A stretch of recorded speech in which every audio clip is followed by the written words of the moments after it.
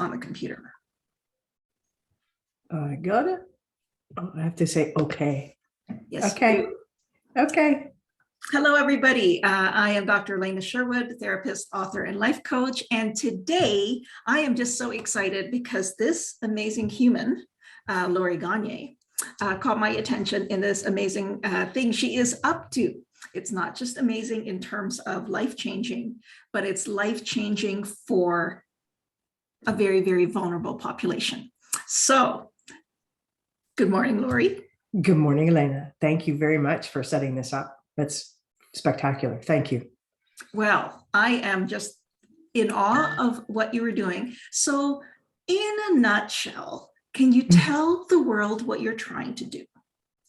So I am going to be walking, hiking, sweating for 150 kilometers in September on a trail in New Brunswick to raise money for the Children's Hospital of Eastern Ontario. So for CHEO, because they are, no matter how much we hear about CHEO telethons and all the donations, there's never enough. So they really rely on a lot of fundraisers individually. And so I thought, I've donated to CHEO my whole life. My working life is built around donating to the Children's Miracle Network. And I got to a point where I was just going to be the doer instead of the giver. So tell me about that switch, because you've already been helping. You've already appreciated them. You've already been donating a generous portion of your income. Right. What's driving you to take it the next level? Because I'm sorry, 150 kilometers is next level. So. It is. It's a challenging trail for sure. So you're basically asking me, why am I doing this? And I'm going to try and tell you without crying. So when I turned 50, I was diagnosed with early stage breast cancer. And I was extremely lucky. I got into surgery very quickly. They were taking care of me at a speed that I did not expect. But going through cancer treatment during COVID was a very difficult experience because you're doing it completely alone. Nobody can come with you. Nobody can sit and hold your hand. And everybody's masked. So you didn't even get to see anybody's face. So I got to the point where I was in radiation, and it takes a toll. So by the third week, I was a bit of a mess. And being a bit of a mess, I was kind of down on myself and doing the whole, why me? Why am I here? I don't want to hurt anymore. I'm done. I don't want to do this anymore. Right. So you're week 3 out of how many? 3. Week 3 out of 3. So I was almost done. Okay. But I was just having one of those days where you just feel sorry for yourself. And the whinies took over. And I'm sitting there in my gown with my mask, with my head in my hands, and I'm just wah. And I heard the wheels of a hospital bed. And for 3 weeks, the only time you go to the hospital was if you required treatment. There was no excess there. So I hadn't heard a hospital bed in 3 weeks in radiation. So I thought, oh, this person must be really struggling. And I looked up and I saw, oh, he must have been like 4, maybe 5. Little guy, no hair. He was having a tough time. He was being wheeled into radiation. And behind him was his mom. And I thought, holy bad word here, right? Can't imagine. I'm going to cry. La, la, la, la. That's okay. We're humans. This is a very human experience you're talking about.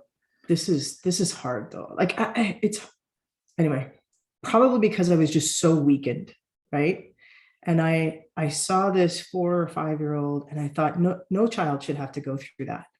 I get, my life is half lived. I get that I can get sick. The warranty's up. I can be here in treatment.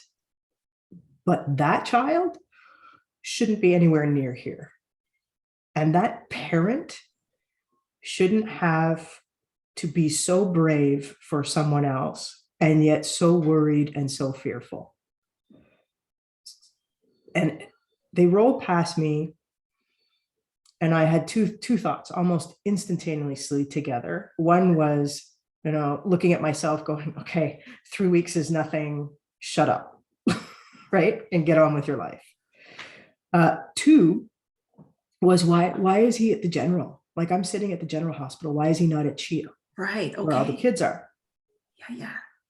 And I asked that question a little while later to my contact at the CHEO Foundation. And she said, chances are they just didn't have the machinery available and he needed his treatment that day. So thank God the general's next door. You can wheel him over and have the treatment. But that just went to show that they're overstretched all the time.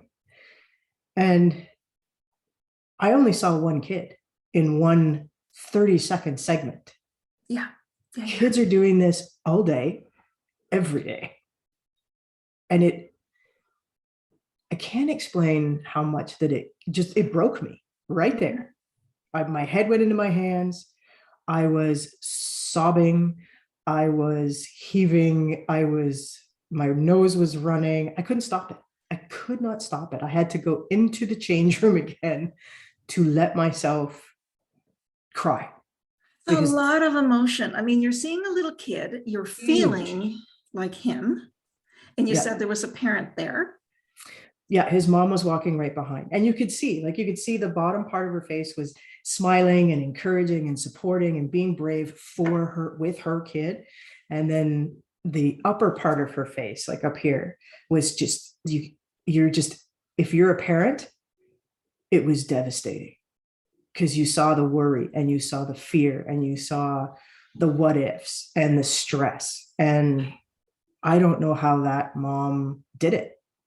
And it made me feel so lucky with my kids, with my grandkids, that we haven't had to do that. But no child should have to do that. Yeah. So that moved me to the point where I was, okay, I need to do something. Yeah. Something. So here's the something. Well, you've picked a heck of a something. When but the I rest can of walk. us, when we're going to be trying to squeeze as much out of our summer in September, we're going to be trying to get the last little vacation in there, the last bit of sunshine.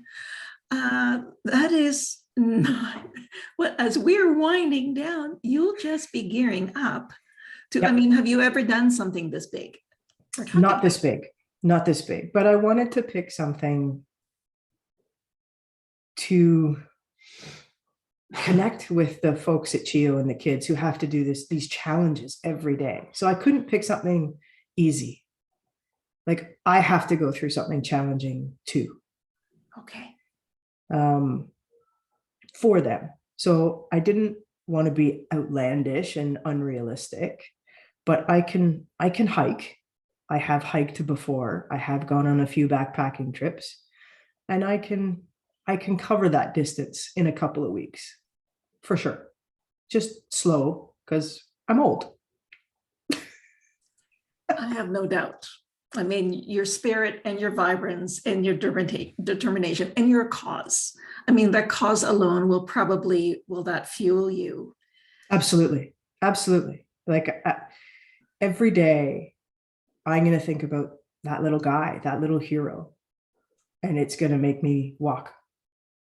It doesn't matter what I feel like that day. It's going to make me walk, because he has made me do all of this for the last 2 years. When I left treatment, I wasn't in shape. I couldn't have done what I'm doing. So I have gotten on a treadmill, and I have gone backpacking, and I have climbed Mont Tremblant a couple of times. And his face is in my head every single time. Well, I cannot tell you how in awe I am that a human is taking on this big a challenge, simply because of your giving heart. And there is nothing flashy and self-serving about this. If anything, it is fraught with self-sacrifice and just driven by passion. And I just have to Yeah. say that you are inspiring those who are Thank you. watching you, and you are reminding the rest of us to get off of our little behinds and make sure that we too are serving a greater good. Yeah. And it's not, you know, I called myself a couch potato giver for 25 years. And there is absolutely nothing wrong with that. The world needs couch potato givers. There's just something in me that broke a little bit. And I wanted to at least once be the doer. One can argue that you have been a doer all along. I mean, you didn't just wake up to be a doer, but I mean, definitely you're doing something very, very big. And let's acknowledge that. Yeah. That's big. It's big. It's big, big deal. So let's not minimize that. No. And so, wow. So you're training, are you training now? Or how long have you been training for this? I mean, this is not a thing you just. No. So my gift to myself when I finished treatment was my husband and I went to Algonquin Park for 7 days. I needed to challenge my body now that it was finished, but I also needed to settle my mind, and I needed to go somewhere where the things that surround me every day in my work wouldn't bother me. Okay. Because of what I do, I have a cell phone attached to my hip pretty much 20 hours a day. And I needed to be somewhere where that could not be a part of it. So we picked backpacking in Algonquin without having done anything of the kind ever. And I can honestly tell you by day 3, we had no business being there in the shape that I was in, right? My husband was a mountain goat. He was going up and down the hills, no problem. Carrying 40 pounds on his back, no problem, right? I looked like I was going to have a heart attack any given second. But we did it. And it was a miracle for me. Like, it really served its purpose. It was the right thing at the right time for me. And I fell in love with it. So I thought, well, if I want to keep doing that, then I better do something about that. So, wow. Okay. So the walking began, right? So, and I started walking 2 miles per hour on the treadmill for 30 minutes, right? And I've slowly built that up into faster times. And now I'm doing some interval running. Every second day I do elevation on the treadmill. And then we go out and backpack as often as we can. So yeah, 2 years so far. So this is one of those things that in your service of others, you have also gifted better health for yourself. Yes, absolutely. Thankfully, there's a huge benefit for you personally also. Yes, although my body weight and shape hasn't changed all that much. Okay. I'm just capable of doing more. Oh, right? It's stronger. Which is just, that's the way we are, right? Us women over 50, the whole metabolism thing is just all screwed up. And I'm not going to deny myself some things in life. So I just am going to work out harder. Well, I don't know that you're going to be working out any harder than humanly possible come September, but I cannot stop saying how amazing I think you are for doing this. Thank you. And so my intention had to keep this short. People have places to go. Thank you everybody for watching. Now, how can people contribute towards your cause should they choose to? Absolutely. So there is, if you even just Google Hiking for Miracles, you'll come up with a YouTube channel. I'm on Instagram. The moniker is at Canadian Bacon Hikes. And I'll explain that in a second. But all the links to the donation page are on the YouTube channel in the description. And then again, on the Instagram bio. So that's how you can find me. So Canadian Bacon, because you're asking, right? The YouTube channel is called Canadian Bacon as well. So when you hike, you can choose, you're either given or you can choose a trail name. So it's like a nickname when you're on trail.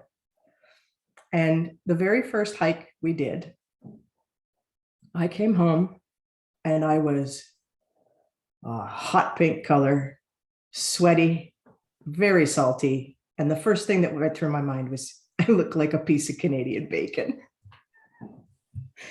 And there it is. So that's the trail name. My husband, who has been with me on all of these things, well, he's my sidekick. So there's his trail name, Sidekick. Aptly named. Aptly named. And I love the Canadian, it's light, it's funny. And of course, everybody thinks John Candy, Canadian bacon movie way back in the 80s, which has really nothing to do with anything other than the sense of humor that you're adding to this. That's right. So thank you. So it was a whole lot of that's the right name for me. Absolutely. I absolutely love people who can make fun of themselves in a good way without putting themselves down. So again, more reasons to worship you. Well, listen, as we do the hike, we're going to be videoing. So the episodes won't come out until we're done because there's no cell service. Okay. But, people will get to see why I'm called Canadian bacon, because it's going to show really, really quickly. Very much looking forward to that because, Well, thank you very, very much for your time, Lori. And again, anybody who is watching, please consider a little monetary sacrifice of some sort. It might hurt you a little bit, but it's going to go to a very, very good cause. So again, thank you. And thank you, Lori. And I'm going to be watching. So thanks, Elena. Thanks. You're the best. Thank you. Okay. Bye. Bye.